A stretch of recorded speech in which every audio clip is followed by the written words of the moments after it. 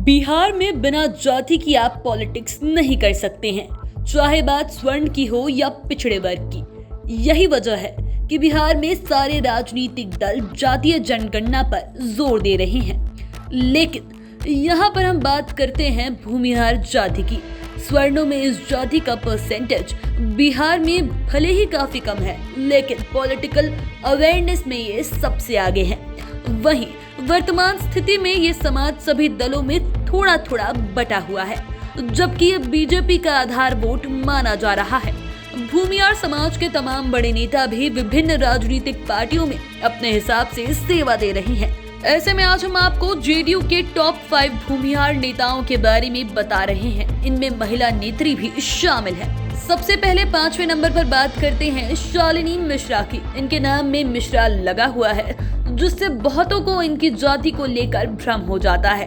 बहुत लोग दावा करते हैं कि ये ब्राह्मण जाति से हैं, लेकिन हकीकत यही है कि ये भूमिहार जाति से आती हैं और 2020 के बिहार विधानसभा चुनाव में केसरिया से जीतकर विधायक बनी है।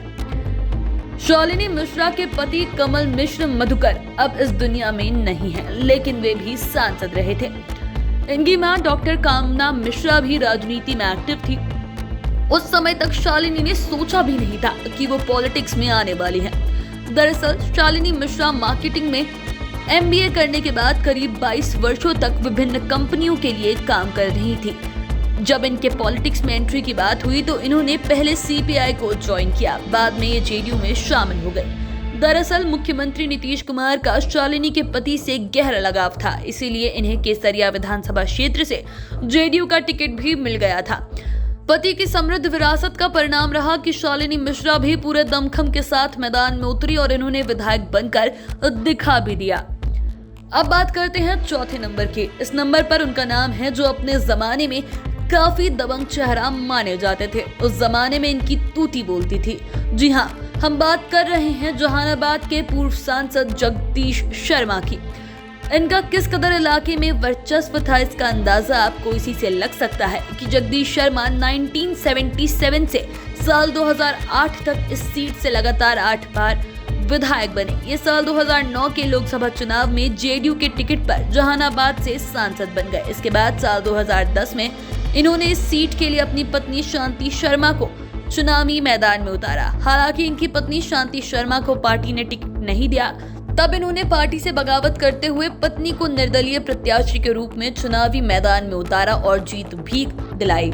साल 2010 में जगदीश शर्मा की चुनावी ताकत को देखते हुए जेडीयू ने इनके बेटे राहुल को टिकट दिया और वो भी जीतकर विधायक बन गए। इस तरह राहुल अपनी पुश्तैनी सीट से मात्र 26 साल की उम्र में ही विधायक बने। हालांकि साल 2015 और 20 के चुनाव में घोसी से राहुल कुमार हार गए। इसके बाद भी इलाके में जगदीश शर्मा के प्रभाव से इनकार नहीं किया जा सकता है।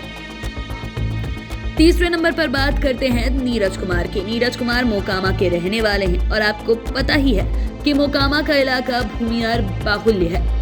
भूमिहार समाज से आने वाले नीरज कुमार इतने हाजिर जवाबी हैं कि विरोधियों की बोलती बंद कर देते हैं। खास बात यह है कि ये किसी से डरते नहीं।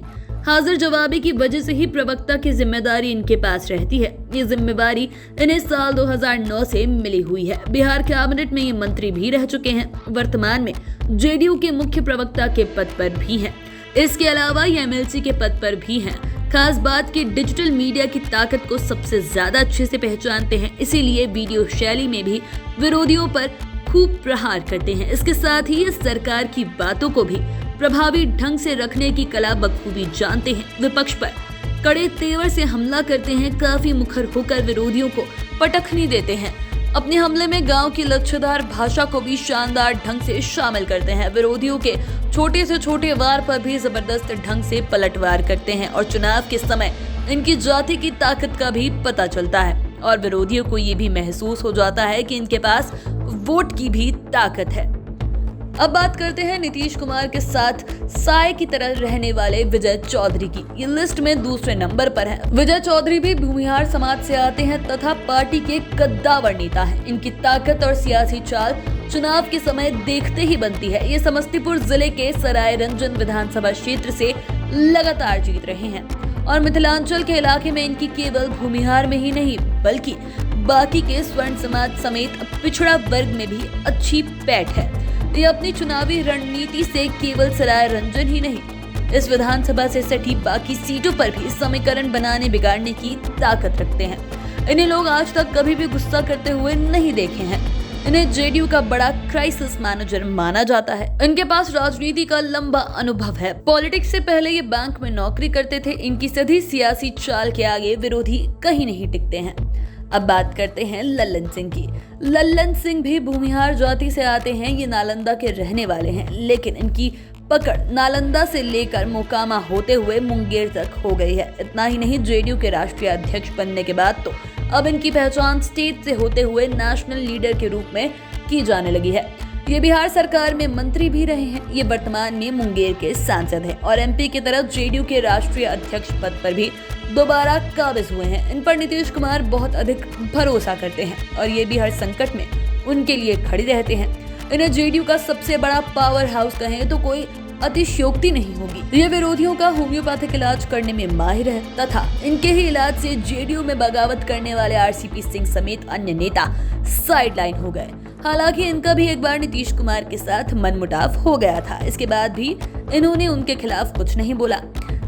फिर परिस्थिति कुछ ऐसी बनी कि ये दोबारा जेडीयू में शामिल हो गए। कहा जाता है कि लल्लन सिंह केवल संकट की घड़ी में ही नहीं खड़े रहते, बल्कि चुनाव के समय भी इनकी सियासी ताकत देखते ही बनती है और महागठबंधन में आरजेडी के साथ जेडीयू के भी आने से इलाके में इनकी ताकत और ज्यादा बढ़ गई है। आप चैनल के साथ बने रहें। अगर इस वीडियो को फेसबुक पर देख रहे हैं तो पेज को लाइक करें, यूट्यूब पर देख रहे हैं तो चैनल को सब्सक्राइब करें। धन्यवाद।